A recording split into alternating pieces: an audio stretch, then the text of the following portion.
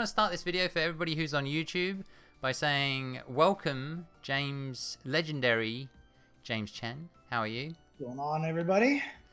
So we're going to do a little bit of a coaching session on Super Street Fighter 2 Turbo.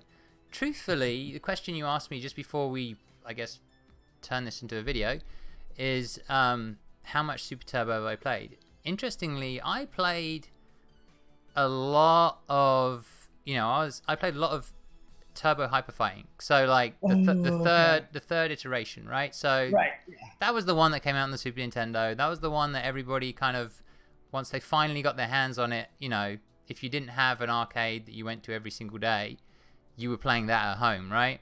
Oh yeah, for sure. I was playing Hyper Fighting all day at home, man. And that was the game where, okay, someone would this was like my moment, right? Was I didn't live in SoCal. I didn't have, like, there wasn't an FGC. There was definitely arcades where I was, but there was no organized tournaments, no nothing like that, right? Right. And so there was a sense of this guy is good at Street Fighter or this guy is not good at Street Fighter or whatever. And on the Super Nintendo, I do remember inviting somebody over to my house because somebody said that person was better than me. And so we had a little crowd in my bedroom, and we played like a first to 5 or 10 or whatever the fuck it was. And I clutched it. I beat him. I was Ryu and he was Guile. And then afterwards, everyone left and we played casuals, and he beat me like 100-0. and it made me realize that, like, I clearly, and everybody know, and people who follow me in the chat know this, I have a problem with focusing. So that's my big problem with fighting games in general. But sorry, I'm talking a bit too much, and we'll get on to Super Turbo. Don't even sweat it. But Super Turbo, I think that came out in the arcades, and I never really picked it up on the Super Nintendo. I think it's something. I don't know what I was doing at that point in my life. Well, I mean, the Super Nintendo version was only Super. It wasn't even Super Turbo, so it was kind of a different version of it. So, yeah. I didn't know that. That's interesting. Okay, so being in the arcades, I wouldn't have played it that much. Like the arcades for me were, I was super into my SNES. I loved my Super Nintendo. Played all sorts of types of games. I loved Street Fighter. I loved everything surrounded Street Fighter, but I didn't have that kind of what you guys had, which was that element of people being at the arcade a lot, and tournaments and so on. It really, back then it's interesting because a lot of people feel like it was even similar to how it is now, but it's mostly just that there was a lot of like separate arcades and people just put, like, for me, I learned Super Turbo mostly at my college of all places. I didn't learn it in an arcade as much as I did at the arcade in my college. And UCLA had an awesome arcade, and I'm not gonna lie, that's one of the reasons why I wanted to go to that college. Because they had a good arcade, It's funny, I actually went to UCL without the A, which is University College London, and the reason I went to that university is because it's the closest university to Soho, which is the party capital of London. So different reasons, but yeah, roughly the same. Different reasons, but same reasons. Yeah, different reasons, but same reasons. Okay, so you were learning it there, and I'm sure you had tough competition, but like, it sounds like the SoCal,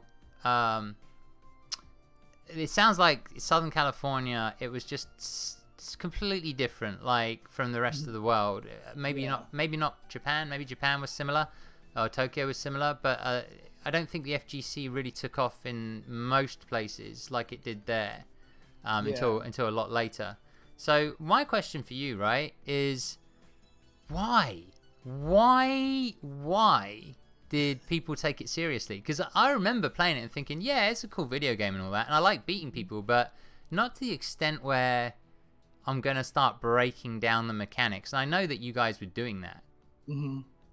Yeah, honestly, there were so many people who were playing the game, and it was just, I think a lot of it was just rivalries, right? So within the local arcade, you had the rivalries, the people kept showing up, and it's just the natural competitive nature of people. And one of the nice things about Los Angeles is that it is a crowded place. There's a lot of people, so a lot of the arcades had a lot of players. So you would end up having good, the stronger players kind of start to shine. But what was interesting is for me, I've told this story a lot before, but one of the greatest players of all time, Tomo, he's a legend at this point in time, kind of almost like a mythical legend. But him and a bunch of other guys from their local arcade went around entire Southern California to try to get people to show up to their tournament.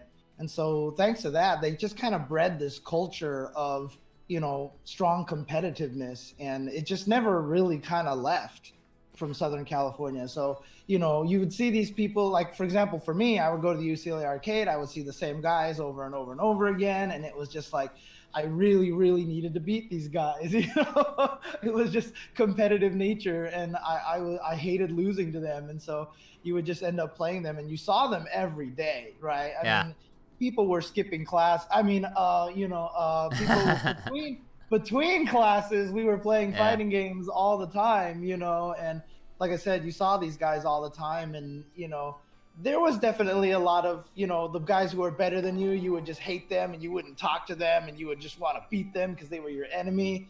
Of course, then, once you did start beating them, they'd become your friends. And that's just how it works. But the competitiveness was definitely very, very strong. Sorry, go on. I actually, just so you know, in England, I did actually receive on the front of a computer games magazine that video by Capcom with Tomo in it. Like, nice. It legit picked it up in some fucking magazine store, right? And had the videotape, and I didn't know who Tomo was. Like, right. At the time, no clue. Like, I know now, going back, and it's still on, I think it's on YouTube, but that cheesy video with that super hype guy, the guy with the backwards cap. Hey, Tomo. But like, one of my favorite things in that video is I watched it reasonably recently, not all of it, but I watched a bit of it, and he had an acronym which I thought was amazing, which was something, can you remember it? It was something like spacing, it was like distance, time, and something, but it was it was an amazing acronym. Like, it felt applicable to like all fighting games forever. Yeah. I forget what it was. It was like distance, time, something. I forget. I can't remember now, but I know what you're talking about, but I can't remember what the acronym is anymore. And it amazed me because that wasn't even, Tomo didn't even play much Super, right? That was after just 3 iterations of the game, which came out extraordinarily fast. Yeah. And it's interesting because like I've always felt this, but the way that he approached fighting games, like back when I was playing and I knew him, I didn't play him all that much. I've maybe only played him like twice in my life or so, but I knew of him and everything. And I've went to the Pico Rivera tournaments. The world's finest comic book shop is where he played. And, I watched him play there. And back in the days, I would watch him do stuff. And I'm just like, how is he doing all this? This doesn't make any sense. The funny thing is, nowadays, I'm totally aware of what he was doing because we've just gotten that much better at fighting games. And I just realized how ahead of the curve he was. And just even back then, he was doing a lot of the things, like he was doing option selects or, buffering and all these. He was doing option selects? Well, I mean, not like super option selects, but like there was, Street Fighter 2 was an extremely slow game, but I noticed that he would uppercut Chun-Li's low roundhouse like 100% of the time.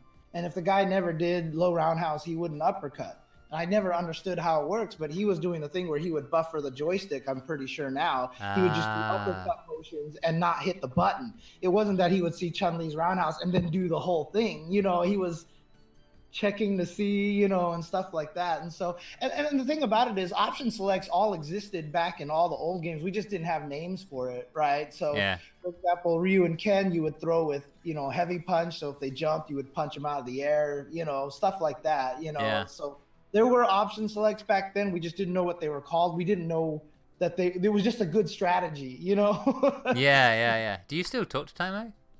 No, I do not, actually. I haven't talked to him. God, I haven't seen him in forever now. I know Watson still talks to him every once in a while. But he's definitely he's like 100% no regrets, right? He just Yeah, left I had and heard the reason why that he had stopped playing Street Fighter is because he got a girlfriend. yeah, that's what they said. That's what they said. I don't know. I mean, he said it himself. I think he has said that. I don't know if it's the truth or not, but he basically said he wanted to move on with life. And I guess Right. at that time, being the best at something which potentially wasn't Yeah, I mean, lucrative may have been problematic for him. yeah. What a lot of people don't realize too is that after Hyper Fighting, when Super came out, it was a huge disappointment. Super came out and nobody was happy, even though they added 4 new characters and all these characters and new animations. They slowed the game down back to Champion Edition speed, Yeah, I right? remember. Yeah. Yeah, and everybody was upset about it. So I'm guessing, it was a combination. The scene was dying down a little bit after Hyper Fighting, and Tomo got a girlfriend, and the game that came out wasn't as great. So it was probably just all a perfect storm of timing that it was like, well, this is probably at the end, so I can probably leave while I'm on top right now. So Fair enough. So why don't we jump into let's jump into the game and mess around a little bit. Sure. What I'd love to know, this game in particular, for people who, there's people in the chat who've probably played it to death, and there's people in the chat who probably haven't played it much at all. I don't think I've touched it in 20 odd years. I played like the third iteration, Turbo Hyper Fighting, and on Xbox 360. When that was when I started to discover the FGC, actually, before Right. before Okay. Street Fighter 4 dropped. I was like, shit, you can play people online. And I was super addicted to playing that after work. Right. I was garbage at it, but I was addicted. I didn't put any extra work to win. I And just the net code was so bad on that Hyper Fighting. too, right. or- It was awful. It was awful. But at the same time, I was like, this is all I have. Right. This is amazing. So I would play Right. Hyper Fighting with the garbage netcode, and I'd play Call of Duty. And those are the two games I'd play because you could jump in Nice. and jump out really quickly, And then I got onto the Xbox forums, and that's where people were talking to each other. Weird forums to be talking to each other on. Then I finally found SRK. Then I finally bought the DVDs from Evo before they were streaming, right? Oh, nice. So it's just Okay. the matches, and then that's how I figured it out, and then gradually ended up. Oh man, I miss SRK so much because that was always how a lot of people discovered the FGC was the forums there, and it makes me sad that the forums are so unused these days. But can't do anything about it with social media now. So Let me see if I can invite you to this yeah. lobby. So I'm sitting here. Can I join a lobby? You should be able to join. Oh yeah, there we go. Invitation, join, and I should be here. The only thing There we are. Okay, sweet. All right, so the question that I have for you, even before we get started here, is who's your main character and who do you want to play? So that's an interesting question because like Ken's Dragon Punch, I used to, when I played this game, it was always like all about Ken's Dragon Punch, right? I was always like, yeah, that's dope. I love that shit. But then I think after watching Daigo play Ryu, like some of the old videos from Japan, I'm just like, oh my god, those are so dope. And then there's another part of me, which, by the way, this is not really characters I want to play, but I was going to ask you this question actually about the strength, who are considered the strongest, because I feel like I've seen, and I'm not sure if it was ST or if it was the other that version where you selected all the different options, but I think it's ST. I saw a bunch of matches with John Choi and Daigo where Daigo would play like Balrog versus Sagat. So it was like a lot of Sagat and Balrog matches and not a lot of Ryu matches, if you know what I mean. I think it was like Valle, Choi and Daigo like mainly playing that stuff. Right. But I also know that the tier list, I know this is gonna sound crazy to people, but the tier list has changed like a lot in the last 20 years, right? Well, the main thing that changed in the tier list was that T-Hawk moved up because they found because Sako perfected the the Sako tick with T-Hawk, which is basically if he ever SPDs you in the corner, he pretty much is guaranteed to kill you like for the rest of the round because there's like nothing you can do after that. But he moved up, but I think he's still considered like high tier, not like top tier. He was the worst character in the game before that. And then Fei Long, I know, has risen in the tiers just a little bit. Okay. But I would say the top 3, top 4, top 5 characters have all remained about the same. And the top 2 characters, oh, someone else jumped into the lobby here. Yeah, how do I get rid of people? I think you can kick people or something, or I don't know. I need to change. I might have to change the lobby to 2 people, but I'm not 100% sure how to do that. Okay, no problem. But basically, the top tier has always been Vega and Dalsum. Those are the 2 best characters in the game. And then after that is like Boxer and Old Sagat are considered probably the next 2 strongest characters. Right under there is probably like Chun-Li. Chun-Li is right there. Ryu is like at the high area. So he's very, very strong, but he's not one of the best. Same with Ken. So Ken is going to be slightly more struggle than Ryu, but Ken is, he's just so fun. Oh my God. Ken is like, he's one of the, like, there are stories where they would go into the arcade in Japan. I think, which arcade was it? It was like one of the main arcades that they all played Super Turbo, and the American players walked in and they saw that like all the head-to-head machines were all Ken. Like every single one of them was just like nothing but Ken, because Ken is just so much fun in the game. So. Oh really? So yeah. wait. So just tell me again. Because I was messing around there. What the top 5 are? So the top tiers are probably, I would say the top 2 are Dalsum and Vega. Vega probably number 1, Dalsum number 2. And then it would probably be Boxer, Old Sagat, Chun-Li in like different orders at that point in time. So. And we were having this conversation in the chat earlier. Can you pick Old Sagat in ST? Yeah. So in ST, they had it so that you can play all the super versions of the characters. You can grade them into the super version, but some of them became actually better. So Old Sagat was actually better than New Sagat. In fact, Old Sagat is even better than Super Sagat. Like, I don't know what happened, but his Tiger Shot has even better recovery, if I'm not mistaken. And then also certain moves became cancelable that weren't cancelable before, which actually helped Sagat a lot as well. And so Old Sagat is actually like significantly better than New Sagat. Like not even comparable in my opinion. So. And for what reason? What are the main reasons? Mostly because Old Sagat's Tiger Shots recover significantly faster. That's the number one. That's the number 1 reason. But he also has better damaging combos. His hands can't be hit as easily when he throws the Tiger Shots, and so there's a lot of little subtle things. But really, it comes down to Tiger Shots. Because like if I taught you Old Sagat right now, I would just be saying throw lots of Tiger Shots. Like it's not like other fighting games where Fireball's like, oh, you have to be scared because EX moves go through, or I can absorb it, or do all. No, like with Old Sagat, you're just like Tiger, Tiger, Tiger, Tiger, Tiger, and that's pretty much it. So. And so the counter for Old Sagat is Balrog. Is that right or no?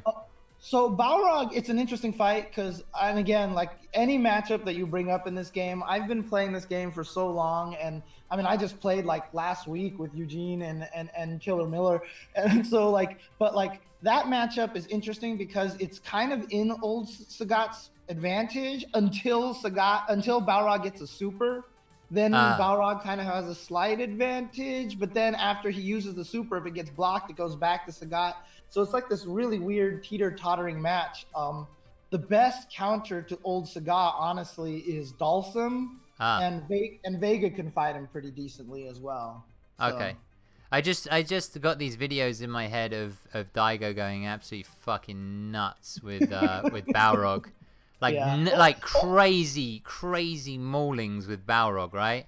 I mean, the crazy thing about it was old Balrog is like so broken. Like he's not even the best character, which is weird because there's just so much about him that's so messed up. Like, even back in the day when we played Super Turbo, I couldn't explain to you why he felt so oppressive. Nowadays, with all of the new talk and with the understanding of frame data, like everything about why he's so broken makes sense. Like, one being his low dash punch, you know, where he punches at your legs, right?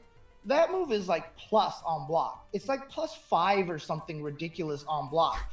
And so after you block that move, which is the scariest thing that hits low, Yeah. like you block it and then he can jump at you and he's already halfway through his jump before you can move, or he can do that and to stand fierce and you can't touch a button in between. And like, I couldn't really explain why it was so powerful before, but now I can. It's because that move is just so brokenly plus on block and it's so good on hit and everything. It's just like the scariest move ever. It's crazy. One of the things I noticed, like I did actually, I just tested it this morning and I played Super Turbo. And I was just like, holy fuck! I was just like, oh my god, I don't remember it being like this, and it was scary. It was scary. I was just playing the fucking arcade, right? So, and I was getting like, I was playing Ken and Ken was going fucking bananas, and I was like, when is my turn? Am I missing it? Yeah. What the fuck is going on?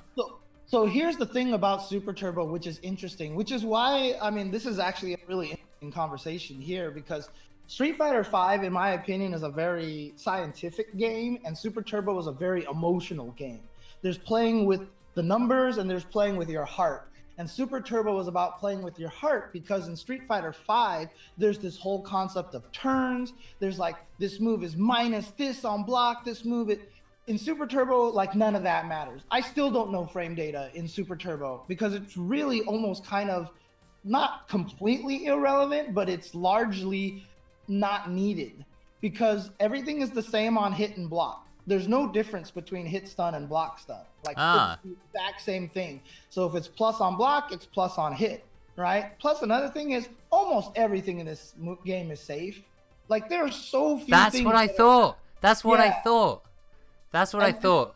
And that's why this game is so much about playing with your heart. Like if you're a Honda player, there's just times where you're like, headbutt now. And you're just going to do it because most characters can't punish it on block. I mean, Ken can jab uppercut most characters and most characters cannot punish it on block. Yeah. So Ken literally, one of his strategies is to run straight up at your face and throw her uppercut. Yeah. Like that is like, and that's just a heart read, you know, there's no like, it's my turn, frame data, whatever. It's just, I'm just going to walk up and do this. Throws are 1 frame in this game. So if anything is -1 or more and you're right next to him, a throw will punish it. Guaranteed. Tick throws. So yeah, so this game is so much less about knowing the frame data and the science. Because I'm sure when you were learning with Automatic in Street Fighter V, he's like, when you knock down, you got to frame kill and go for these perfect meaties, and you got to know all this stuff. Like that just doesn't apply to Super Turbo. Yeah, to be honest, a lot of these sessions that I've had, we've talked a lot about the neutral, which is exactly what I've loved because in, you know, I think that's probably the most important thing, because if you can't do neutral, you can't do anything. Right.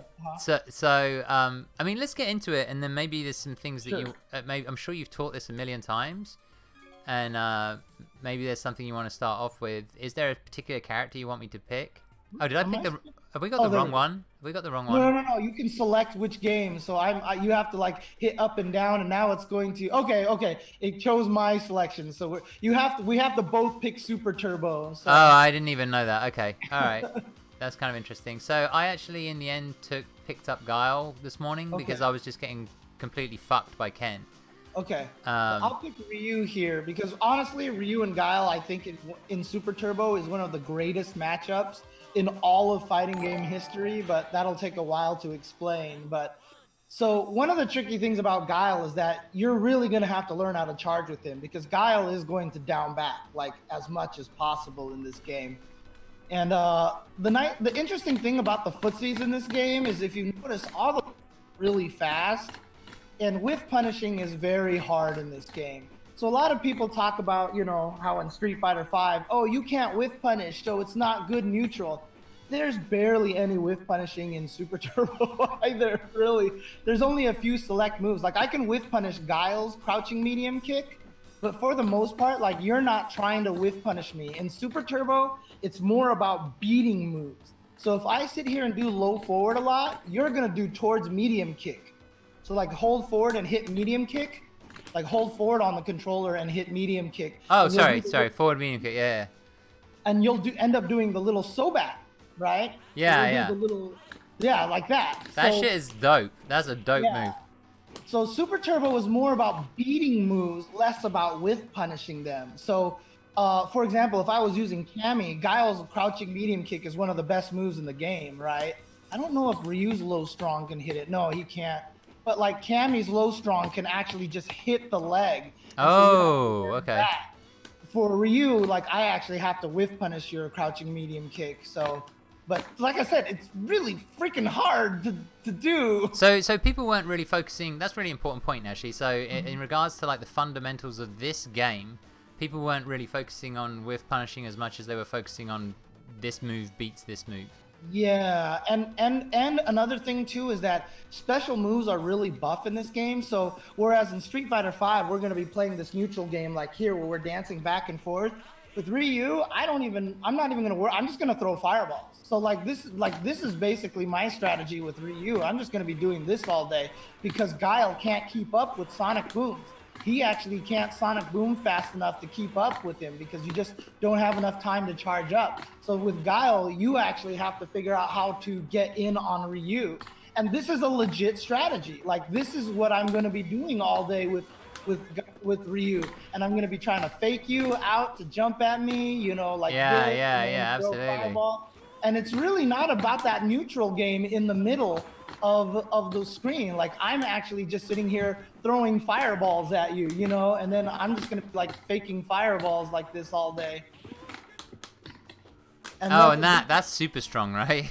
yeah, Fucking sweet. Use low roundhouse. The Shoto low roundhouse is stupidly ridiculously good. Like But, it's not very punishable, right? Like no, if you block this, there's nothing you can do. And not only that, it's cancelable. So I'm just gonna do this in the fireball, and there's nothing you can do about it anyway. Jesus Christ! And it even pushes me away. Sorry, let me just come up close. Like it pushes me away. Look how far it pushes me away. That's just wild. That's just and wild. then if I do the light one, if I do the light fireball instead, it hits you a little bit later, and it gives me more throw the next fireball. So it's not a true block string, but most characters can't do anything about it. So block again. I'm just gonna do this, and because the fireball takes a little bit of time to get to you, that gives me more time to throw the next fireball. And That's then the fireball trap, right? Is that the fireball trap? Yeah. And then once Ryu gets people in the corner and starts doing this in the corner, oh my god, it's just like, it's so hard to deal with this for a lot of characters. It's really, really hard to take care of Ryu at that point in time. So let's just do that again. I want to do the fireball trap again because that's another important. So hit up and down and make sure you pick Super Turbo. There we go. There you go. That's another aspect of this game. That's another aspect of this game that to me I remember being very important was the fireball trap. Well, I say remember, it's something I figured out years later, but not figured out, was told about years later. Because Ryu's fireball is so fast and recovers so quickly, and it takes a while for the fireball to get to you, because most characters don't have a way to get past fireballs, I'm always on plus. Like on all of these fireballs, I'm plus on block, like this. And so even if you try to jump over, like right now, like if you just hold up forward, I can uppercut you, right? So this is the problem with the fireball trap. I'm always plus on block. So you have to figure out a different way to get out of that situation, basically. It's an interesting situation. So you have to learn how to neutral jump fireballs. If I'm at a bad range, you can actually light flash kick and like hit me in the nose. Like if I actually throw a fireball at just the wrong distance, you can actually do a light flash kick and kick me in the nose. And this is actually one of the things that you'll find out about Super Turbo. Is that the game is very matchup specific. The game is very matchup specific, and it comes down more to knowledge than it does to like general concepts and stuff like that. You really like, when I play Cammy, she's my main character, and literally against every character in the game, I play a completely different game. I have to play completely different strategies against every character because one strategy doesn't work with her. Well, that goes along with the moves beating moves, basically. Yeah. That flows. That makes sense to me. Like, so if you're saying to me like it's about moves beating moves as opposed to like one general strategy for say whiff punishing or whatever, right? Right. It makes more sense that you would play a different strategy for each of the characters. So the footsies, I kind of want to, I guess, if you don't mind me asking questions. Oh, please, absolutely. But so the footsies element of this game is primarily about finding the moves that beat the other move, right? Yeah. It always depends on the matchup because one of the things in Super Turbo is there's a very big distinction between two projectile characters, a projectile character and a non-projectile character, and two non-projectile characters. They're going to be very, very different matchups because projectiles are so powerful in this game. So in general, if you have two projectile characters, it's about kind of playing this projectile chicken. You notice how when we were playing, we were like matching projectiles and trying to predict when the other guy is going to jump and stuff. So this is kind of like the projectile chicken between two characters. And if I predict the Sonic, then I can get in on you if I predict the Sonic Boom, which is why Guile has to hold down back because you have to be charged for the flash kick. If we're playing a non-projectile character and a projectile character, then the non-projectile character basically spends most of the match trying to find a way in on the projectile character. Then if you play two non-projectile characters, then you get a little bit more of the traditional footsies of what you're expecting. So would you... Oh, go ahead. No, I was just going to say, right, so like when I think of Street Fighter in general, I think of things like footsies, and then I think of things like zoning. Is this, is Turbo sort of like the strongest zoning game? Yes. It is, right? Yeah. Because I remember watching matches. I don't even think it was Turbo. I think it was Hyper Fighting, possibly. But I remember watching matches of Watson and maybe Valle. I'm not. No, not Valle. Watson and somebody. It was Guile versus Ryu, and it was just fireball, like canceling each other's fireballs out. It was like insane. I mean, one of the reasons why old Sagat is so good is because he literally negates like half the cast because his projectile zoning is too strong. Oh my God, no delay. Look at nice. That's really nice. Whip punishing right there. Oh, there's no cross-ups, right? Oh, there are cross-ups. There are cross-ups? You just have to know the right button. So Ken is medium kick, and you have to hit it really high up in the air to get it to cross up a little bit. So, but Ken actually has one of the best cross-ups in the game. So. Oh, he does. So, I can Tatsu over Sonic Booms? Yeah, you can Tatsu over them. But I can't Tatsu over fireballs, right? Oh yeah. Oh well, Sonic Booms you can, but not Ryu and Ken's fireball. Yeah. It's just Guile's Sonic Boom is really short, really flat, I should say. But then the problem is if I try to bait it out a little bit, right, and then I can flash kick it. Whoops, wrong button. And that's another problem too, is that you don't get much off of that. Not like Ryu who gets the knockdown. No, you're right. How did you get... Oh, because you've been doing so many Sonic Booms. Oh, that was it right there. Oh, there we go. Yeah. And also the timer is super fast in this game. The rounds go by so fast. Yeah, because it was an arcade game, right? Yeah, well, because the timer was much slower, but to get the game up to the speed, all they did was just speed the internal Oh, really? Is that, are you serious? Yeah, they just sped the internal clock, and so they didn't change the timer at all. That's hilarious. Yeah, so that's just how it ended up. So basically, I mean, the game's sped up, but if you're spending like a quarter or whatever on this, you kind of get screwed. A little bit, but you know what? We just got used to the fact that our matches would last this short, and we were just okay with it, honestly. Is there overheads in this? So only 3 characters in this game have overheads.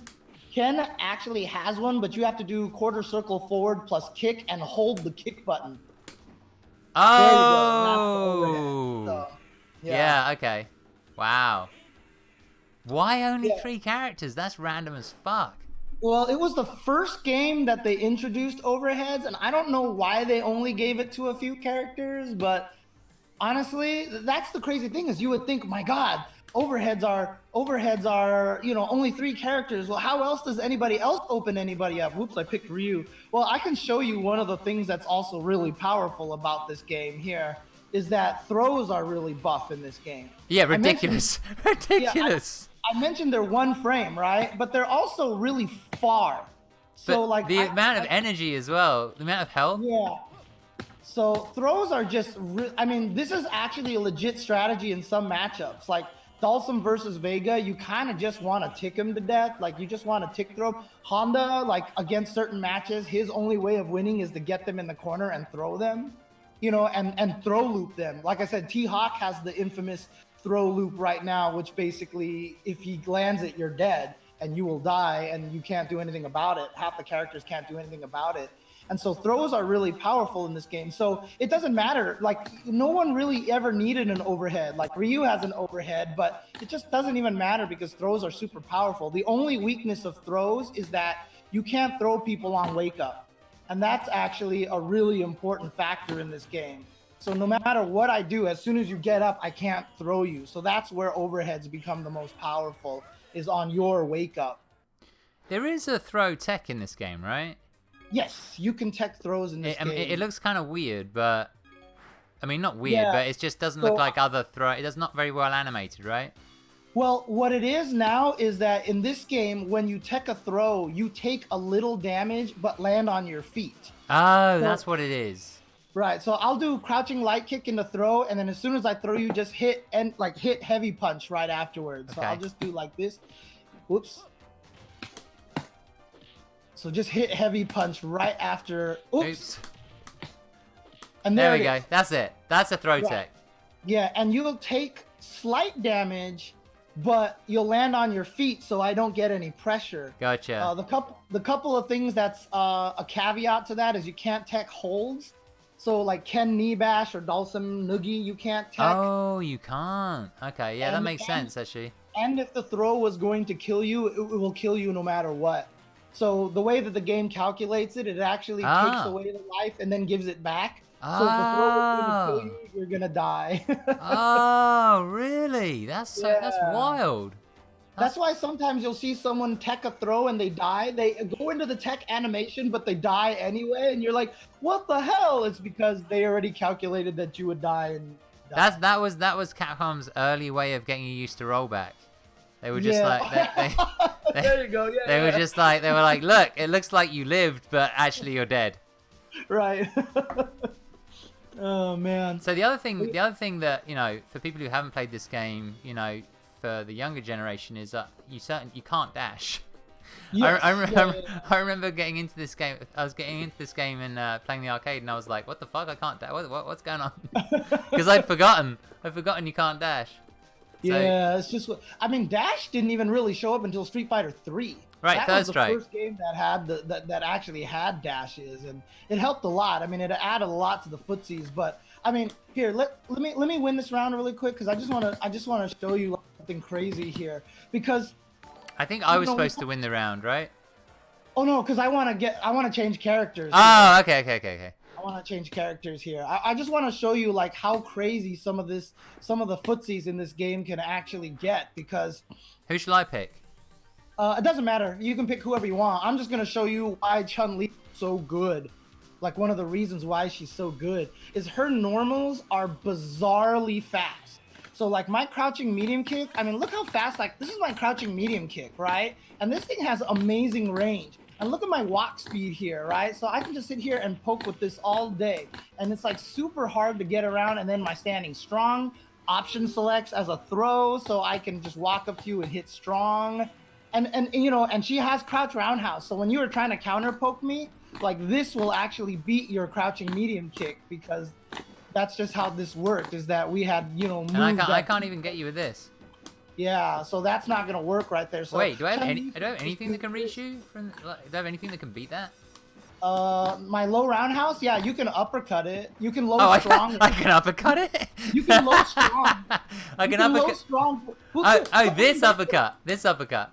No, I mean literally uppercut, like light punch uppercut. Yeah. That like one? If I do it, Oh yeah. if I do it, Like I'm gonna if do I that do it- on reaction, right? I'm gonna do that on reaction. Oh no, you're just predicting. You're just guessing at this point in time. You're just like, okay, I think you're gonna do it now, and then you do it, and that's a legit strategy with Ken, because Ken is so hard to punish on the uppercut, even on a whiff uppercut. That's a legit strategy with Ken. Is just try to uppercut limbs. No, that's Like- what the arcade version was doing to me. I was like, what Yeah, the well- fuck is going on?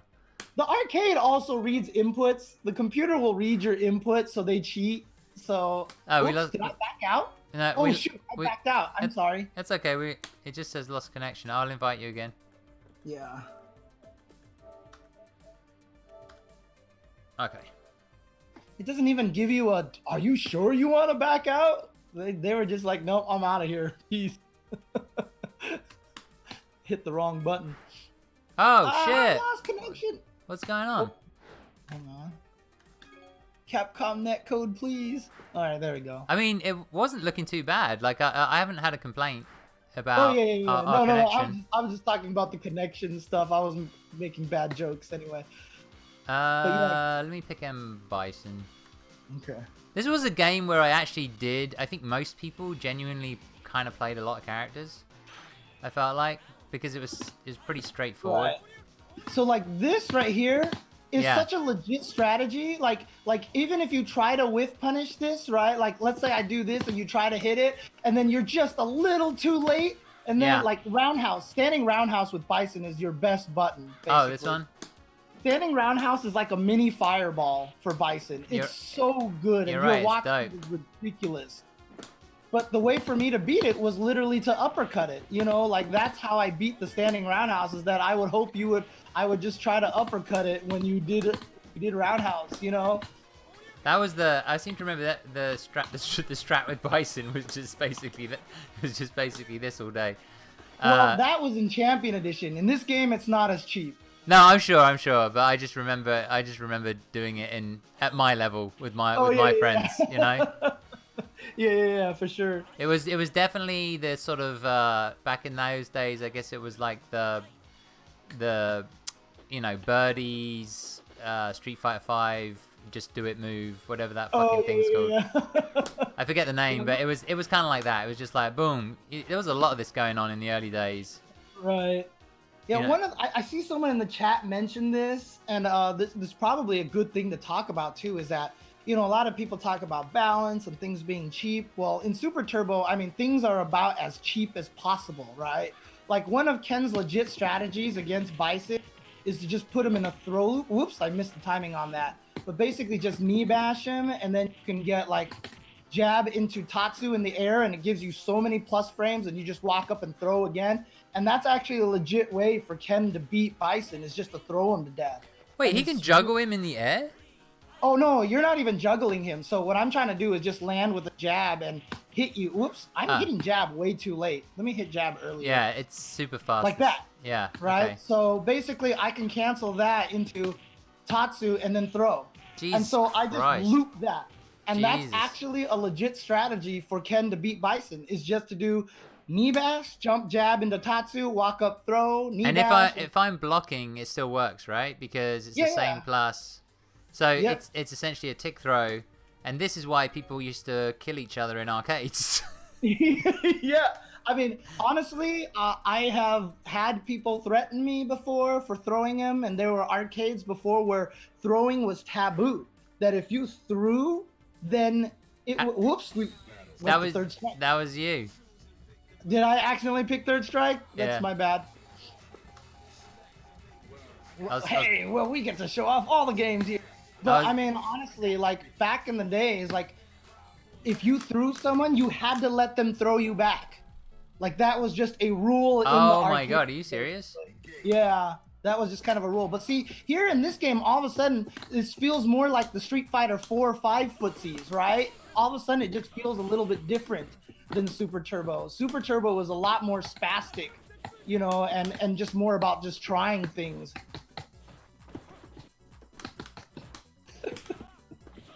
I really like the way this game feels, even though it's quite slow online. I was playing it, my friend Oryx Arcade. Oh yeah, that's right. Yeah. Uh-huh. That was so dope. Like he's given me a reason to move to Cali because I was just having so much fun playing. Oh, you should come. You should definitely come. Oh, I'm definitely looking at moving. Oh, there we go.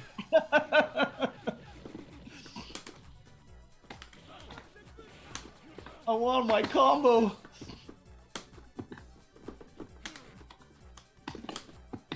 Oh, look at that. Oh, I got it, and I didn't even realize it. Dang it. No! What was that? I've never seen that move. That's my ducking. I can go through fireballs. Oh, yeah, of course he can duck. He just didn't... His animation was weird. Yeah, it's just quarter circle forward plus heavy kick. Or kick plus kick. Oh, dang, that clipped me.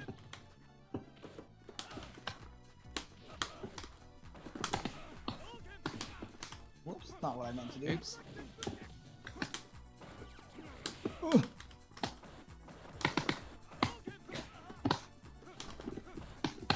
Oh, whoa! Can't. Oh my god! Psycho parry moment right there. Calm down, Sonny Jim. Oh my lord! Oh, come on. No, too late. Fuck. Ah. Okay, we can go back to Super Turbo. Sorry, that was my. I am enjoying this game. I just started playing it. Oh man. Yeah, we'll go back to Super Turbo, but Auto. I had a little training session with Auto Matok. I have to invite you again by the looks of it. No, you're back in. Yeah, okay. I mean, I'm actually pretty scrubby at Third Strike. Like, I don't have a lot of experience with that game as much as Super Turbo, so I'd have a harder time teaching that game somebody as opposed to this game here. So when you were competing in this game, were you playing Chun-Li? No, I was playing Cammy. I was only playing Sorry, Cammy. yeah, sorry, that's what I meant. Why my brain went weird there for a second. Yeah, Cammy, that's what I thought. So it's always been Cammy. You're a Cammy loyalist. Yeah, and it's funny too, because I picked Cammy because she's, if not the worst, one of the worst characters in the game. The only reason why I ended up stuck on Cammy, it had nothing to do with her character. It was just the fact that she was garbage in this game.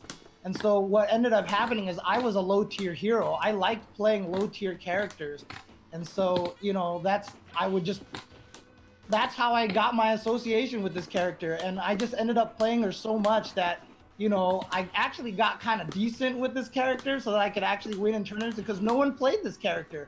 So I could get away with so much because a lot of people didn't know how to fight her, you know? I gotcha. Yeah. Oh my god, she back. She see how far back she went? I couldn't punish that shit. No, Guile cannot. And in fact, my regular uppercut is like that. So just block, just low block really quick. Like if I do this, there's nothing Guile can do to that. That's ridiculous. So that was like one of the only good things about this character. I didn't know she looked so scraggly. Look at her. Look at how scraggly she looks. She honestly looks, she's super muscular, right? She's super lean, and she's definitely not as sexy as I remember her. I remember thinking like when, you know, like she was kind of a cute like character. Right. But like now she's a lot cuter. She looks like she's a bit anorexic there, I have to say. Well, she was also one of the very first fighting game characters that had physics. Like, had what? Oh, juggle? Boob physics? Yeah, like her and Mai were like first characters that had that, so. And of course, you know, she showed you her butt all the time and smiled for no reason. No, I remember her coming in onto the game and I was like, English for one, which was great.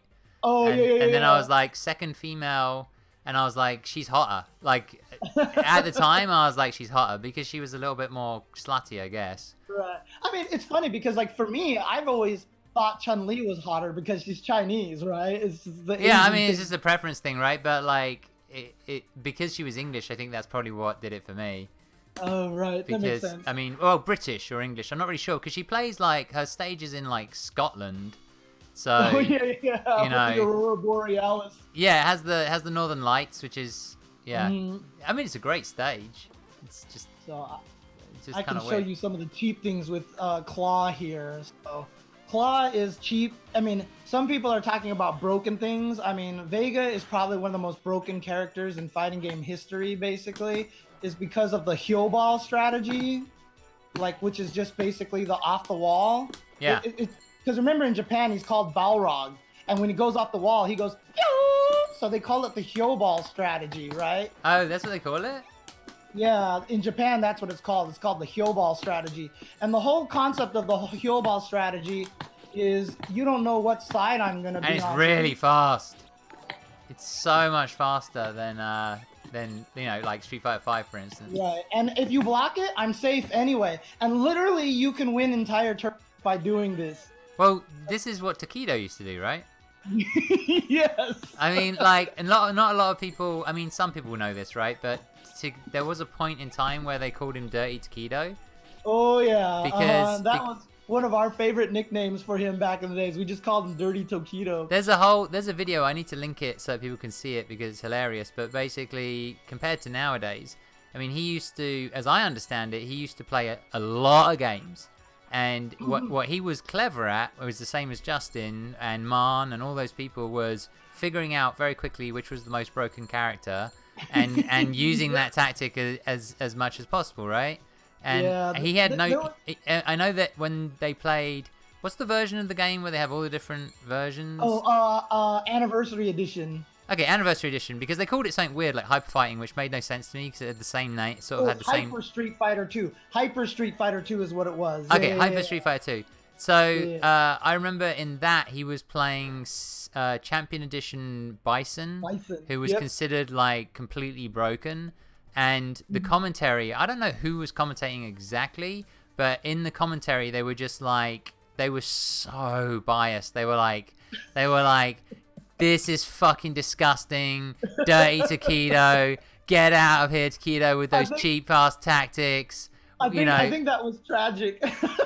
It was hilarious because they were being sarcastic. They were being sarcastic. They weren't like, they were being sarcastic, and then they were just like, when he lost, they were just cheering. They were just like, get the hell out of here. And it's such a funny contrast compared to now, because you see these young players coming through, and people go, well, this person is really disrespectful, and you go, all of those gods that you're looking at now started off as the most disrespectful little punks. Dude, like Seth Killian, man. I mean, he was the trash talker one of the biggest trash talkers that I knew. Really? And then, yeah, oh yeah. It reminds me of a conversation that I had on the K forums about basketball one time. I don't know how much you know about the NBA, but someone was like, I don't like all of these new cocky players. I wish they were all respectful like Larry Bird was back in the day. And everyone's like, are you fucking kidding me? Larry Bird was the most disrespectful player. Like, he talked shit so much, it was ridiculous. Like, that Larry Bird was like so disrespectful, it was hilarious. Like that. This move right here, like, I'm so plus on block after that thing. Oh, really? Ridiculous. Yeah. Oh, yeah, I remember he can do that little thing through the fireballs, right? He does the little headbutt through the fireballs. That's my headbutt right there. Yeah, and so his whole strategy was to build meter, because now I could do things like I can go from full screen and do dash into super, basically. Oops. That wasn't... Wait, what? I don't know his super command, actually. Oh, yours is quarter circle forward ×2 plus punch. Oh, punch. Okay, got There it. you go. Oh, it's punch, and it still does a tiger knee? Interesting. Yeah, it was weird that it was punch, because he has an uppercut at the end of it, so... Got it.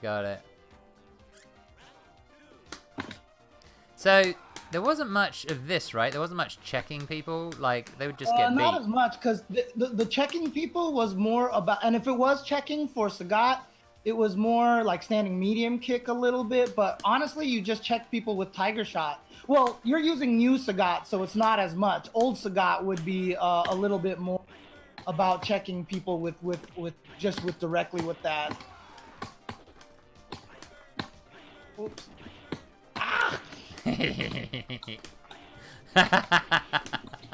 Sorry. Oh. Look at that. That's ridiculous. That's ridiculous. Oh. Look at the energy. You compared to the energy yours took off compared to the energy mine took off was ridiculous. Oh, it's because the supers don't juggle very well in this game. It was a pretty conscious decision that I feel like by the developers. They didn't want supers to juggle very well because that would be too good. And then they changed their minds in alpha. Yeah, and then they were like, whatever. I still remember. I mean, I still remember in when when Champions Edition came out, and then Rainbow Edition popped up, and there was like a billion versions of Rainbow Edition, right? There was Rainbow Edition, then there was a billion different versions, right? And then Turbo basically took like some of those things and implemented them, which I thought was cool. That's often how it works. It's like, you know, you usually what happens is people misuse your product, and you go, oh, they want to do that? Yeah. Fine. Oh, they want to do fucking like tattoos in the air? All right, let's do that. I mean, fireball in the air didn't make much sense, but yeah. Do you know the history of hyper fighting? That it wasn't even made by Japan, that it was made by the US, Capcom USA. So Champion Edition was out, and they were going. And Japan started making Super, but the Rainbow Editions came out and were stealing all their business. So they were like, we need to combat this right now. So let's just give it to Capcom USA. Holy shit! And Capcom USA, and it was run by a dude named James Goddard, who actually was part of the Killer Instinct team recently. But he basically made hyper fighting, and they sped it up. They added all these things, and it's one of the most balanced games. And so they actually did a really bang up job on that game.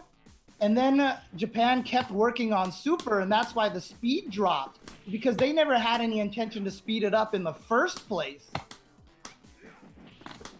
Oh, okay, gotcha. Oh, that's why the speed dropped, because they had no intention to do that in the first place. Oh, and by the way, you can't jump out of SPD ticks. So if I make you block standing light kick, and if you hold up back, you cannot jump away. Yeah, you're right. I just tried it. Yeah, all you can do is reversal. So Zangief's kick okay. So is it DP motion with reverse DP and kick? Oh, reverse DP. Oh, yes, it is reverse DP, isn't it? Yeah. He was the first character with the reverse DP motion. Whoops. That one. Okay, yeah. Yeah, not fast enough. Yeah. Jesus Christ.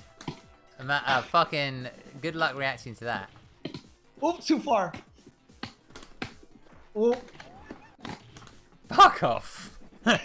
Oh yeah, and don't forget my SPD is 1 frame. So it's also ridiculously long. Like when I was playing the arcade, I don't know if the arcade version is different, but when I was playing the CPU, he was just fucking tearing it up with those from everywhere. You can grab super far. You can grab. I mean, honestly, hyper fighting is the most fun Zangief ever, and then this Zangief probably close just because the SPD ticks are so good. His problem is that he's just really bad in this game. He's just not very good. And he's a legit 360 though, right? You have to do a legit 360 on the I mean, stick. that's the input. That's what they tell you the input is. It's really 5/8 of a circle in any direction. But most people did full 360s just to be sure. So I don't even have to leave the ground. Yeah, oh yeah, you could just walk up and just do it really fast. But you have very few pre-jump frames. Hold up. So and you can't hit the button too early because then the green hand comes out. Wait, how many? It's one button, right? Yeah, it's just one button. But you have to SPD super fast in this game. Okay. You don't have much leeway in this game as compared to a lot of the other the fighting games. You know what? The only way I could do this was just like everybody else, jumping and landing. Yeah, exactly. I was just like, oh, hold up. God's sakes. There you go. By the way, I played Street Fighter 1 on stream the other day. It was hilarious. Oh my god, that game. It's not even playable, dude. It's not even a real, so crazy that that's what became this. No, I mean, like, I basically was just mashing, like, Tatsu and, like, Fireball, like, mash, mash. Because apparently it's negative edge. That's what somebody told me. But I couldn't even get it to work, negative edge. Like, I couldn't do it. And, Oh yeah, and yeah. I know that there are people out there who can do it, but I couldn't do it for shit. So I was just mashing. And then finally I beat Sagat. It was kind of fun. The funniest thing about this too is that Zangief, you have to do the S so hard because he doesn't have very many pre-jump frames, but T-Hawk has even less pre-jump frames, and so it's actually harder to walk up an SPD with T-Hawk than it is with Zangief. It's super hard to walk up an SPD with T-Hawk. But so Snake Eyes picked up Geef and didn't he win Evo with Geef? In HDR, he did in HDR. Oh, in It wasn't HDR. Super Turbo. Yeah, it was HDR. So Zangief is better in HDR, and he's kind of a silly character in HDR, but he's definitely not nearly as bad as he was in this game here. So, what were the main differences actually on that? Because I wasn't thinking about talking about that, but I will just briefly. What were the main? Were there big differences in regards to the actual sort of fundamentals, or no? Oh yeah. The gameplay is very different than Super Turbo. Oh, it does. Yeah, the characters were changed quite a bit. So like Zangief, he has the running bear grab where he runs at you. He has the towards heavy punch where he tries to hop over, like he hops at you with the little headbutt and everything. And like the way that he was tweaked in HDR was that all those were made a little bit better. So he became a walking RPS, and it was really, really scary to fight against him once he just came up to you. It was really scary. Oops, hyper fighting. Oh, sorry, that was an accident. I was cleaning my fight stick and then I pressed the button by accident. Hyper fighting. I remember his little blue, his baby blue. Oh yeah. I thought that was this is the dopest stage, man. I love this stage. Oh, you like the Honda stage, huh? Yeah, for sure. Oops.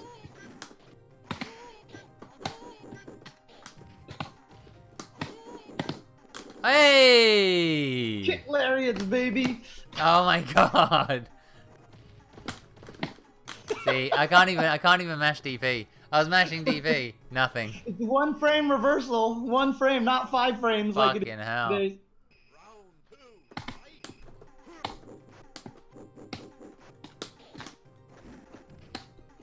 No, what? Are you serious right now?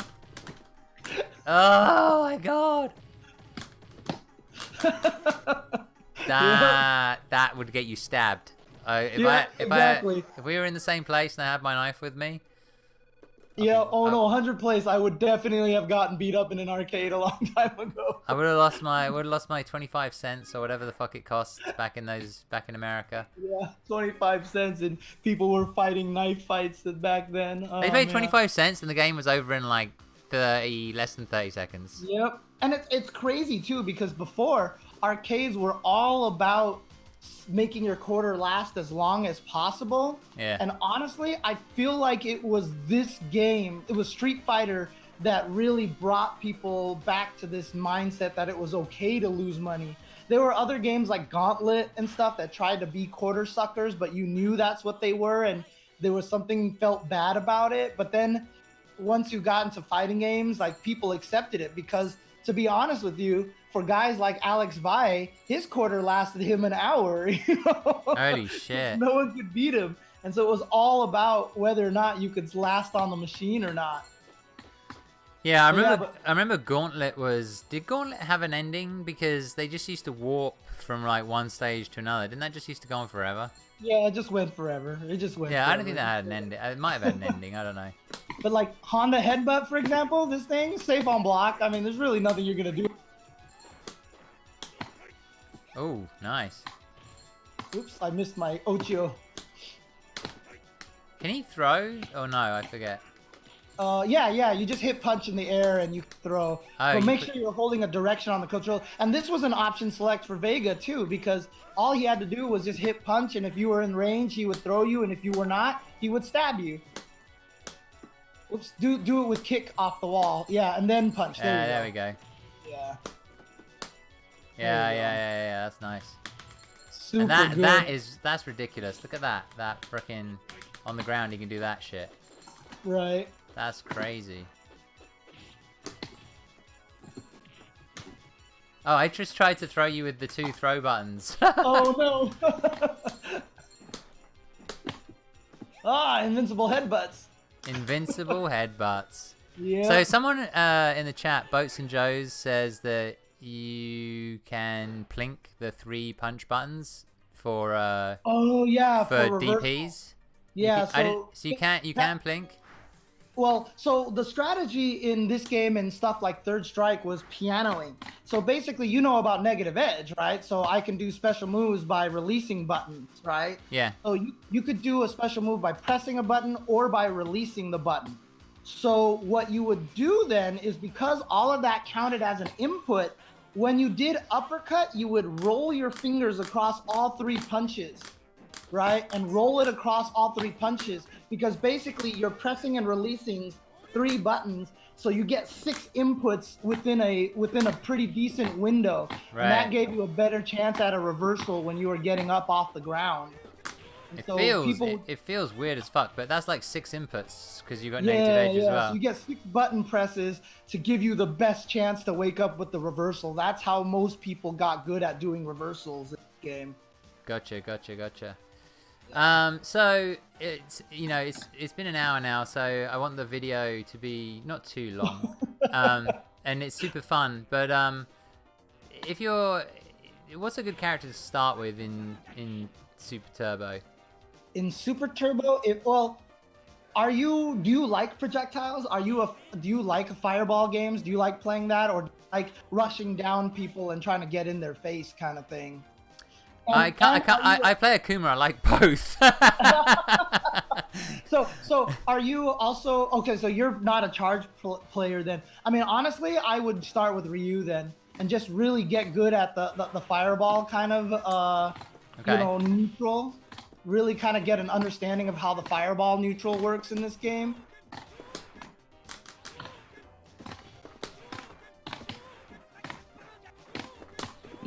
Oh, too far.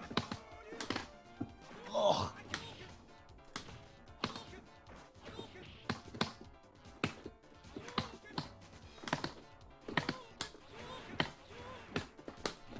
Hey, Hadouken. I do love the sound effects in this game. Oh, yeah. They're just so rough around the edges, but they're just fucking perfect. I love that. So you would start off with Ryu. Sorry, go on. Or if you want to try the combination of both, then Ken is also a good pick. Because like I said, his throw game is really good. His rush down, his uppercut is brutal. And there's very few things in the world that are as fun as just walking up to someone, like holding forward up to someone and uppercutting them.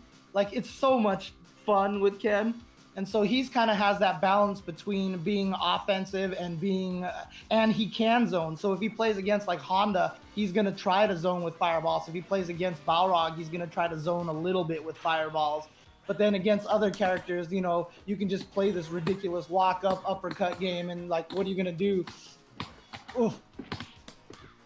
You're right, you're out of range. Look at that. Can I even get you with the Tatsu? I probably can't, right? Because you just do another fireball. No, the Tatsu's not going to hit at all. Well, I'm not even trying to do that. That's what I'm trying to do. Oh, God, I hate that move. Two-star. Whoa, what the hell? Anti-air jab? Anti-air jabs? Oh my God, you're playing Street Fighter V here. Oh.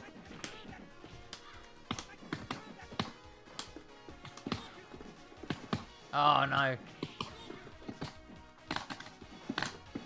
Oh, with punish with fireball. Oh, no. How'd you like them apples? Oh, man. So what other? So if you start with Ryu, you get used to the fireball game, and then I guess the next thing is to sort of figure out what moves beat what moves, I guess. Yeah, and like I said, it's very interesting because every matchup is going to be very different for you. Like, it just really depends on which characters you're playing against, you know? The nice thing about Ryu is that fireball is going to be his predominant strategy most of the time, so it's all good for him. I mean, what's the deal with combos in this game? They're mainly just like 3 moves, right? Yeah, most of your combos are going to be canceling. So you just do low forward fireball, for example. Yeah, so that's like your main combo right That's there. super fast. Wow, the cancel on that. Yeah. I mean, compared to 5, you know, which Oh, is yeah. not Also, even a another true. thing to note is that jump attacks don't cause much hit stun against standing opponents. So if you're standing, like just even doing jump, like just try to do jump fierce into stand fierce, and you need to do it so fast. See, that wasn't a combo. Oh my god. There it was, yeah. Oh yeah. That's So you'd have to do those so fast because jump attacks don't cause much hit stun against standing opponents. See?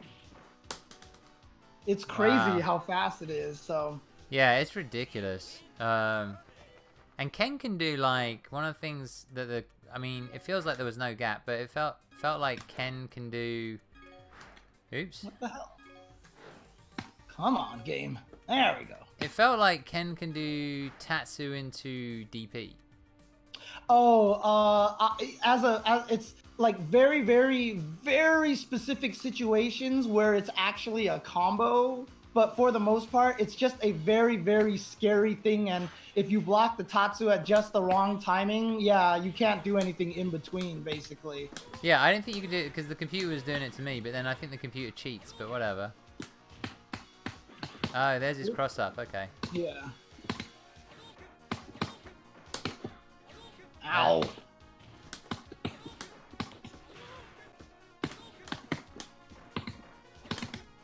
Oh, that doesn't go over the fireball? Here's the corner trap here. Oh, I was too far away. Bad corner trap. Ow. Oh shit. Oh, bollocks. Oh. Hey! Oh, man. Oh my god. That was pretty dope, actually. Oh, shoot. I was trying to do some fancy stuff there. That did look pretty fancy. There's like a crazy glitch where you can do that switch sides. Oh, really? Like, yeah. Ken has a weird, like, there's so many glitches in this game that people learn to just use as strategies. It's really funny, actually.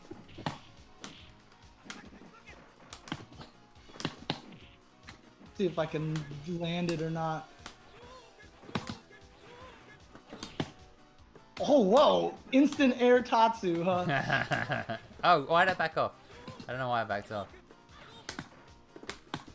Oh, there you go. See, just uppercut. I told you, just do it, and it works. I mean, this is it suits my playstyle.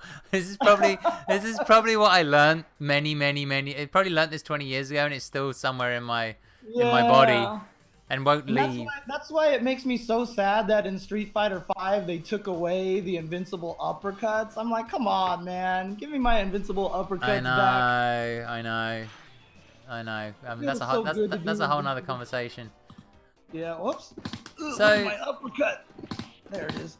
Oh, yeah. there it See is. the double uppercut. Oh no! Look at that! Look! Oh, that was dope. 5-hit combo. Yeah, that's a tricky high level combo right there. Yeah, that was pretty cool. Oh. Oops.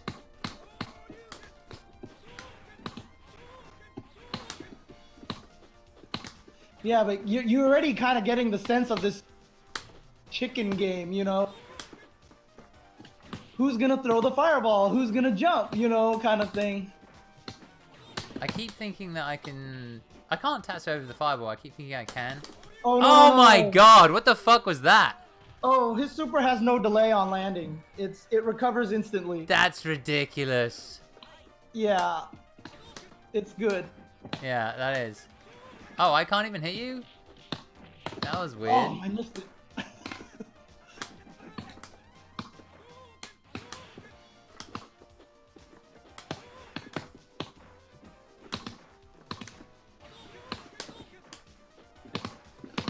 Oh no, I tried to throw you, but I actually pressed the wrong button for the throw.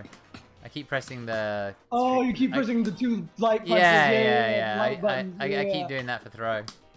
And I keep trying to do Kuma air fireballs, which is dumb.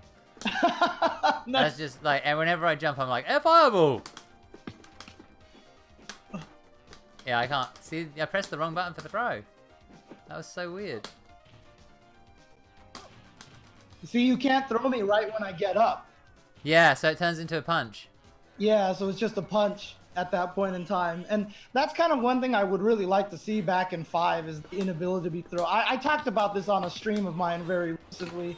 I did a That is something I wanted to ask you about. Is proximity guarding part of this game? It is, right? Oh yeah. It's so you can keep proximity, but it's very large if you notice. Look at that! Jesus Christ! Yeah, the proximity. So Holy actually, shit! A lot of times when you play footsies, it's very important to play footsies without holding back, because then someone can't control you. So if I get you locked in this and you're like, "What the heck?" and then I just walk up and try to sweep you, you know, and stuff like that. So yeah. The proximity guard in this game is huge. They definitely shortened it in other games. That's ridiculous. Well, it doesn't exist. It doesn't exist in 3, right? 3 there is some proximity guarding, but not actually. Automata. I can't remember. I can't remember now. Automata was. He showed me when we were playing. He showed me, and I could just move around. I mean, there might be. Maybe there's some. I'm not sure, but he was showing me like that there was none, or at least there was not much. Okay. Like he had the ability to walk away. Yeah, most of them. What happened was that like it was only just during the active frames that had the proximity in there. And I actually here's a I mean, Boats and Joe's in the chat says that I should show you Akuma. Yeah, he's right. I just saw that too. He's right. Akuma was banned. What was the code for that? Oh, it's complicated. It's hover on Ryu, then hover on T-Hawk, then hover on Guile, then oh, it's too late. I remember it, but I mean, I remember it brings back memories. I don't remember it. That's all. Right. Look at him. He's so dope. This guy when I was like, honestly, I was growing. You know, like I was a lot younger, obviously, and growing up, I used to get. I've told this story to everybody and why Akuma is my main, but he has red hair. Right, so when I was growing up, I used to get teased for my red hair, right? And we're all playing this fucking game, and all of a sudden, the dopest character you've ever seen in your life turns up. It fucking kills M. Bison, is a secret character, does all sorts of crazy shit. Look at it, look how dope he looks. And I was just like, this dude is my guy, even though, like, obviously in this game he was banned, like, right. But after that, I was just like, yeah, Akuma's like. The crazy thing about this character is he has no hurt box on any of his limbs. So like, oh, you can't whiff punish. Yeah, well, the thing is like, you can't even uppercut my leg like you can with like against other Shotos. Oh my god, that's hilarious. There's no hurt box on my leg here. Obviously, no character in this game really has any way to deal with this. Right, like, right. There's video footage of. I'm pretty sure you can still find it. There's video footage of one of the first competitions or tournaments they had in Japan where somebody won it with Akuma before they banned Akuma, and he was just doing that. That's all he was doing. He was just doing air fireballs. Not only that, but he has a glitch in this game where if you throw the red fireball, the red fireball's delay changes depending on what was the last normal move you used.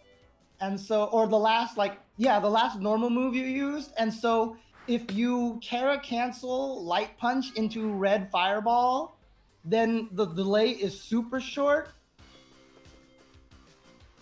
And then go to Cammy, then go back to Ryu, and then the start button on your thing, hit that, and then hit 3 punches. Nah, I got it wrong. Yeah, so there's the start. You know how one of the buttons you have to assign to start? Yeah. You hit that button, hold it, and then hit all 3 punches. Oh, you have to hold it? Okay. Yeah, but like go into the corner really quick and just block. So if I actually do this right, if I can cancel this, like half the characters can't actually do anything to this fireball trap. If I do it with the heavy fireball, I keep coming out with the light fireball. But if I keep doing the heavy fireball like that, like most characters can't do anything to this. Basically, they get stuck in the corner, and then if you jump, I can uppercut you. It's like super broken. So Is not his only does he uppercut? have, Is his uppercut like Ken's? How good is his uppercut? well, my uppercut gives me like juggles and stuff like that. Oh yeah, of So course. Yeah, I yeah, yeah. could Tatsu into uppercut and do all these crazy things, and yeah, he was Could, pretty broken, could, and he had no stun. You did he couldn't stun him. did he have Raging Demon or no? No, he had no Raging Demon until the Dreamcast home version. Then they gave it to him in that one. That's where it came, the Dreamcast home version? Well, the first time the Raging Demon showed up was Alpha 1. Alpha 1 he had it, but then they backported it into the Dreamcast one. Got it. Okay. Wow. I keep forgetting what the... Ah! Oh, I can't even uppercut. Come on. There we go. Juggles. Yeah, very nice. This character is silly. Yeah. But like I said, the thing about it is this game just has a lot of silly things in it. So, you know, like old Ryu has a 50-50 unblockable air Tatsu. And like, you know, these are all just things that existed and people just lived with and they just kind of went with it, you know? So, for example, if I pick Ryu here, oh yeah, then Guile, Cammy, back to Ryu, then hit the start button and then hold it and hit all three. How did that not work? I pressed all three. I don't know. It's hard to tell all the time. Do you have to hold down the 3 buttons or the pre-punch buttons or tap them? Hit the start button and hold the start button down and then just start mashing 3 punches. Oh, mashing. Okay. You only need to hit it once, but if you miss it, you know, mashing it gives you a better chance of getting it. But watch, just hold back. Hold back on the controller and just keep doing that. There's a 50% chance that it's unblockable. Holy fuck. That is ridiculous. And things like that just existed in this game, but people didn't care. Like, this is just so fun. Well, I mean, they weren't playing esports back then, so... Yeah, it's true. It was only 25 cents on the line as opposed to $200,000, so... Exactly. Yeah, that's very true. I still think this game looks dope even now. And I mean, it was 91, so that was 26 years ago. I still think it... I mean, obviously this is an upgraded version. The original Street Fighter 2 was 91. I guess this was probably 94, maybe? This was around 94. Yeah, this was around 94. Yeah, because they really pumped them out super quick. Yeah. And I remember Champions Edition... I mean, I know what blows people's mind, a lot of young people's minds, is that in Street Fighter 2, you couldn't pick the same character. Yeah. Isn't that wild? Isn't that the best? Yeah. Oh man, yeah, and honestly, basically Guile was the best character in Street Fighter 2. So one player, I think it was first player, had an advantage because they just had to hit left punch to pick him, whereas second player was on Ken, so they had to hit left up and pick him. So the person who was actually, like, if you both started a game, like, player 1 had an advantage because it was easier for them to get to Guile. Ah, okay, gotcha. Yeah. Oh man, that's so funny. Could you imagine if that still existed? People would be talking about switching sides, like, constantly. Yeah. But I mean, one of the things I will say though is that I just feel like sprite animation ages a lot better than 3D graphics, you know? So I don't think this game is ever gonna look old. You know what I mean? No, I mean Guile looks amazing. Like, one of the reasons I used to play like Guile, and I used to like the cool-looking characters in my mind. Like I didn't like the weirdo characters so much. Hit medium kick for Guile. Oh, I missed it. Oh, okay. Because I think that's the one that gives him red hair, and I was like, eh. Oh, really? But look at him. He looks so dope. Like the way, like his stance, everything about him is just so fucking dope. And his haircut is ridiculous. But as a comic, I mean, he looks... The reason I think it doesn't age is because they're kind of like a comic book characters, right? Yeah. And that's what's so dope about it. Whereas one of the reasons I didn't play 3D games was because they look so bad. And Tekken 7 now looks amazing. Like, it's an absolutely stunning game. But those early 3D games were the blockiest... That I couldn't deal with it. I just couldn't. I used to make fun of Virtua Fighter all the time because of how dang ugly... You know? Yeah, that was a terrible, ugly game. Oh, look at that. That was whip punish.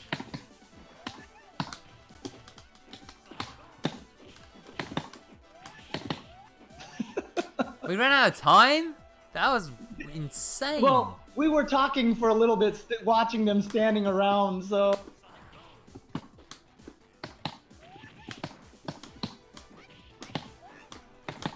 Jesus Christ, this guy's a pain. There we go.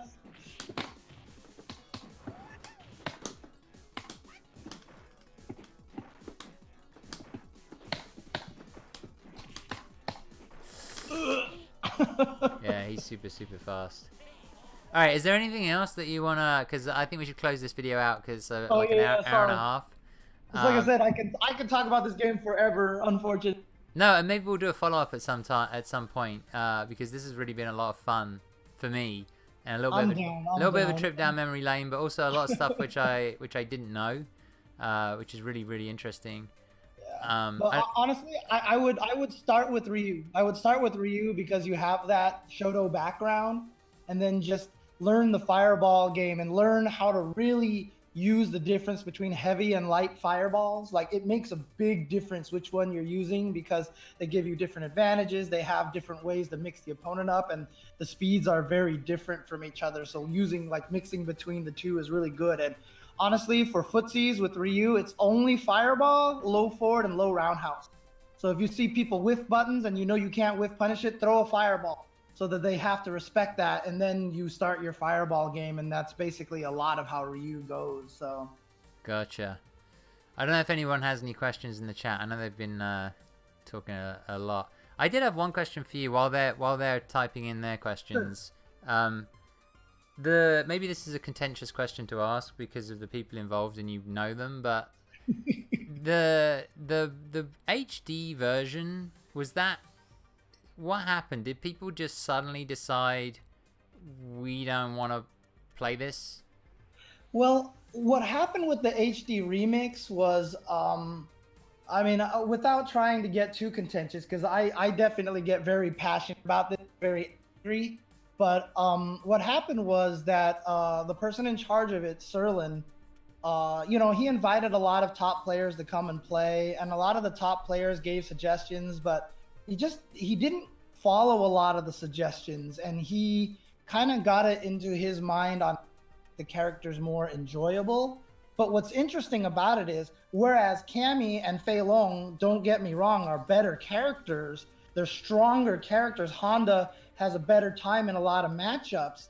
They lost a lot of the fun factor of them. So a lot of the things that people enjoyed about the characters were taken away. So NKI, who was a Chun-Li expert, doesn't like Chun-Li in Super Turbo. Jumpsuit Jesse, who was a Fei Long expert, doesn't like Fei Long. I'm a Cammy expert. I didn't like Cammy in HDR.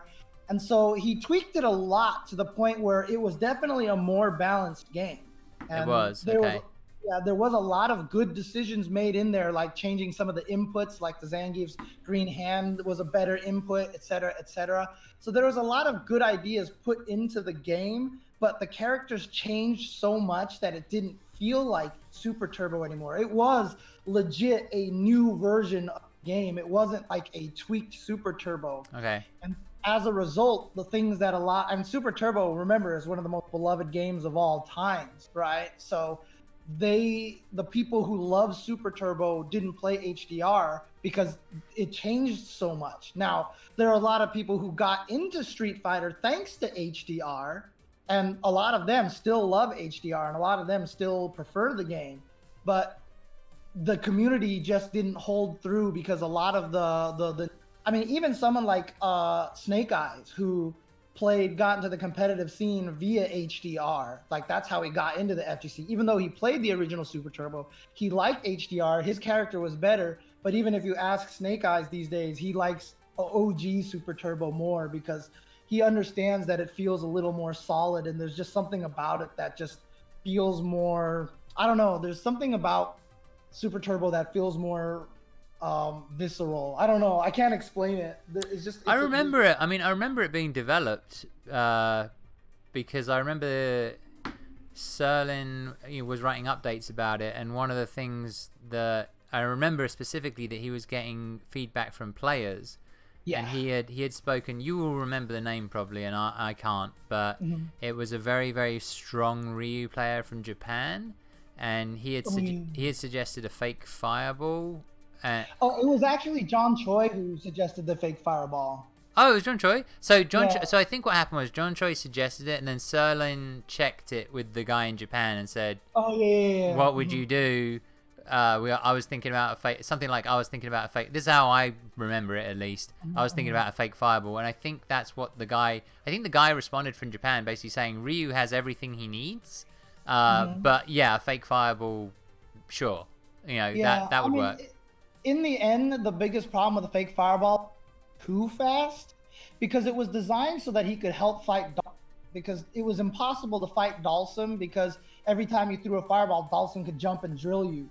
And Ah, so they wanted to design the fake fireball so you could fake it, and if he jumped drilled, you could uppercut him in time. But the problem with ah, it is it was designed just for that matchup, and as a ah, result, fake fireball was way too good against everybody else. ah. Okay.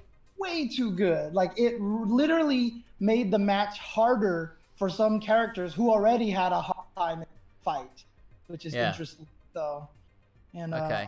I see Boats and Joe's asking how does hyper fighting compare to Super Turbo? Honestly, hyper fighting to a lot of people is a better game than Super Turbo. Uh, there's part of me that actually believes that hyper fighting is a better game. It's more balanced. The characters are all like super fun and it's really good. I just miss the more characters in Super Turbo, and there's just a bigger Super Turbo scene. But it is highly contested, and many old school players will say hyper fighting is better than Super Turbo. So. Can I ask? You said you're a Cammy main, but obviously Cammy wasn't in the first three games. So who were you playing before Cammy? In the original Street Fighter 2, I was a Honda, Oh, and Honda. then Okay. in Hyper Fighting, I was a Honda slash Zangief main. So I played Zangief Ah. through Super. So I mean, yeah. So Super Street Fighter 2, I was playing Zangief, and then finally in Super Turbos when I picked up Cammy. Okay. Yeah, Gotcha. and Cammy Shield in the chat mentions that I did a retrospective on Twitch, and I haven't. I stopped after Super Turbo, and the VODs are not. I still have the VODs. I'm trying to get them up. I've been lazy about editing. I've been trying to hire editors, and I've been having problems finding editors who have the time to help me put these It's things on tough. It's YouTube. tough. It's tough. I just export and upload them pretty raw, to be honest. But that's not the best way to do it. It's tough, like especially when they're so long. Yeah, It's really tough. yeah. Um, So I'm bad with that, but I do have the VODs, and they will end on YouTube at some point in time, and I will continue forward with Alpha at some point in time. I've just became super obsessed with Tekken, and I've just been playing so much Tekken recently, so I just kind of lost track of that. So yeah. I'm gonna have a go at Tekken myself, but I don't think I'm gonna get too deep into it. I think I'll just mess around with it for a bit. okay. But looks like a tough game. You were saying earlier when you mentioned, I was actually gonna bring it up earlier because you had mentioned sort of a feel-based game versus like a frame data-based game. And Yeah. what's interesting to me about Tekken, when I've been doing interviews recently, one of the things that I've asked people is about this idea of feel-based versus science-based, because yeah, like speed kicks is really sciencey based, and the old school players are all really feel-based, Yes. and then you see players coming up, and there are some players who just pop up from nowhere who would just get it for some reason. Yeah. Like they just get, like it doesn't feel like, I mean, I haven't interviewed all of them and I don't know for sure, but it feels like some of them are just like, this seems like fun, and then they're just like grandmasters or whatever, whatever the term is in Tekken, and you're just like, wait, how the fuck? I thought this was a game which was supposed to be like super difficult and took like 100 years to master, but it's interesting how different people play, that's for sure. Yeah, I mean, it's such an interesting thing because I've noted the transition between the field-based and the science. Really, when Infiltration won Evo, it was really kind of the transition between the heart and the mind players.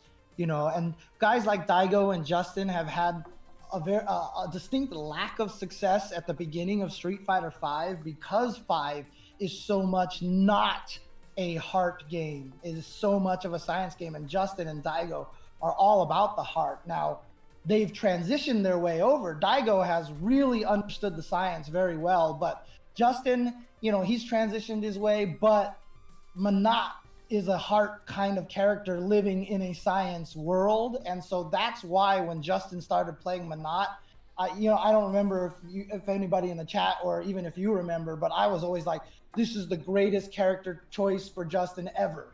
Because it plays the Justin strength, because Manat is not a science character.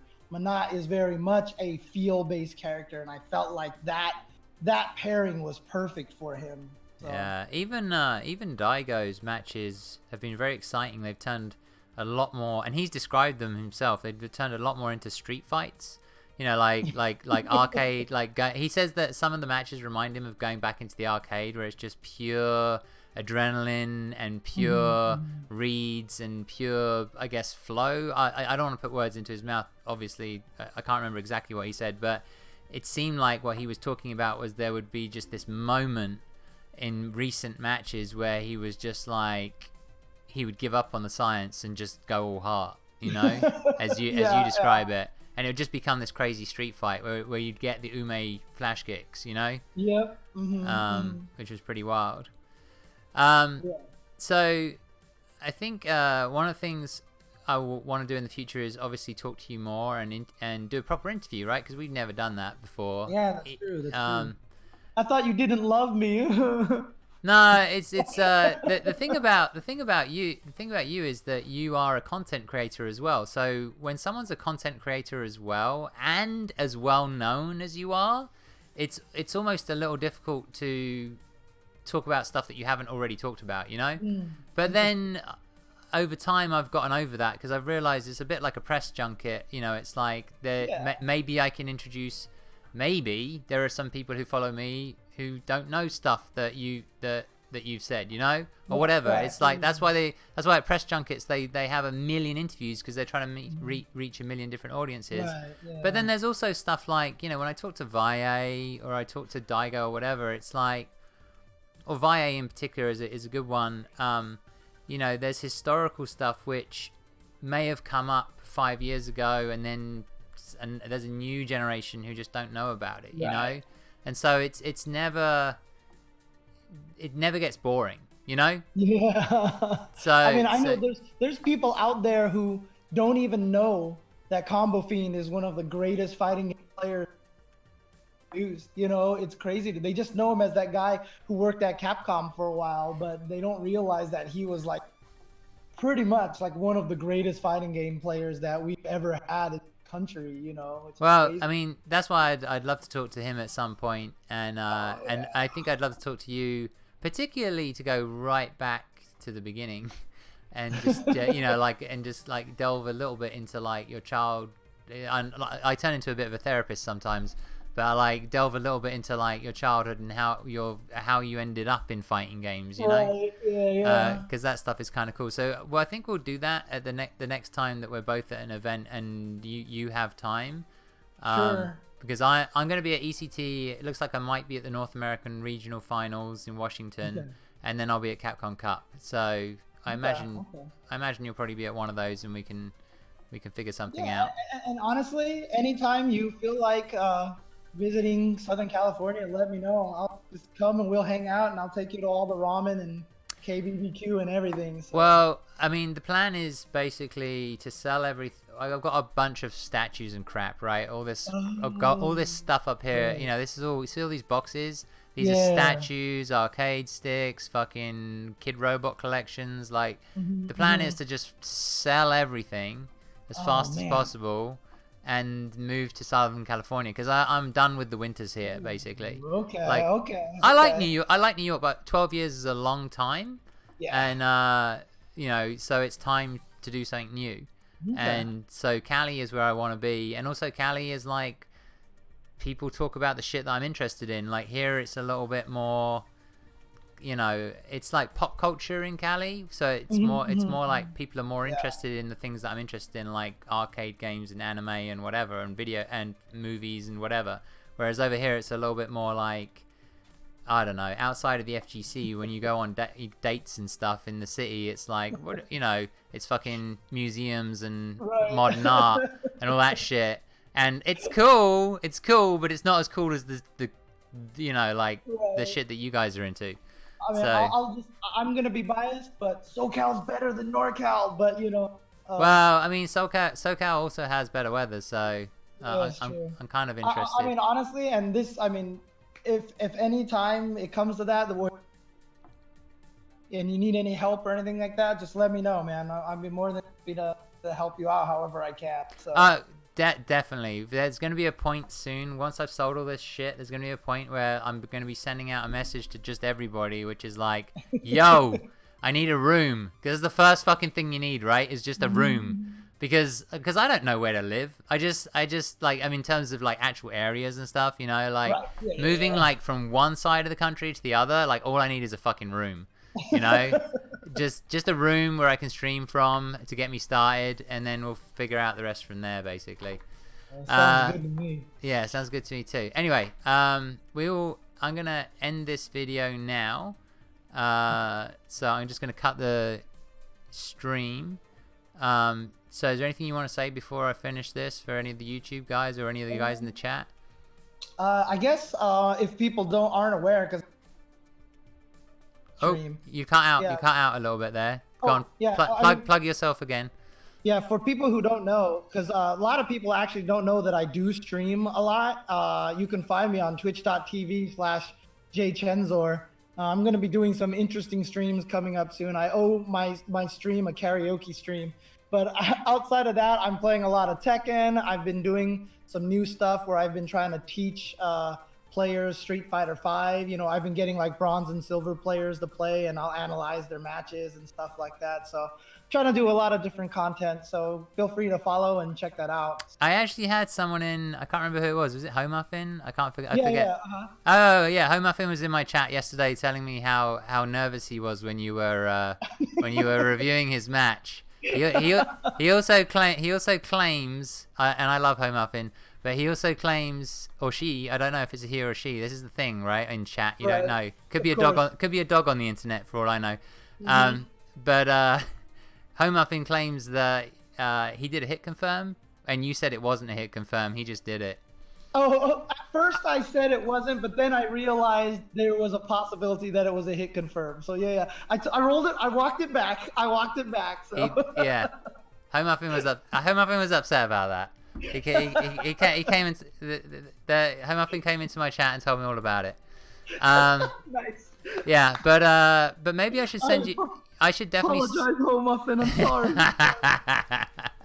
I'll have to send you one of my matches because they're an utter nightmare. Everything I do right now is wrong. Maybe if I do one of those streams, I'll have you come and then I'm gonna analyze.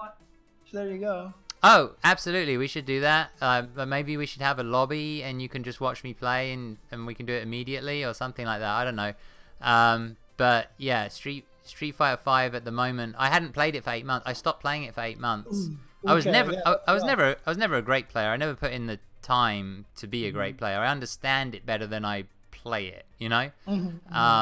But I took a break for 8 months, and I was in gold, and now I'm like messing around in silver and having my ups and downs. And I think that the people enjoy watching me get extremely salty, and extremely. Hey, you're talking to the guy who has viral clips getting screaming profanities at Tekken, so you know. Yeah. This is how it works. I know. But we'll have to do that. I'll have to either send you something or come on to your stream and we'll try and figure a few things out. That's for sure. But it's been an absolute pleasure having you on. Thank you so much. I've really enjoyed going through Turbo and some of the memories and all that sort of stuff.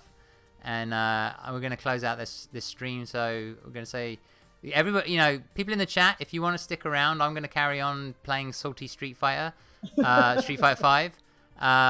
But for people on YouTube, I guess goodbye. I'm just going to reset the stream right now.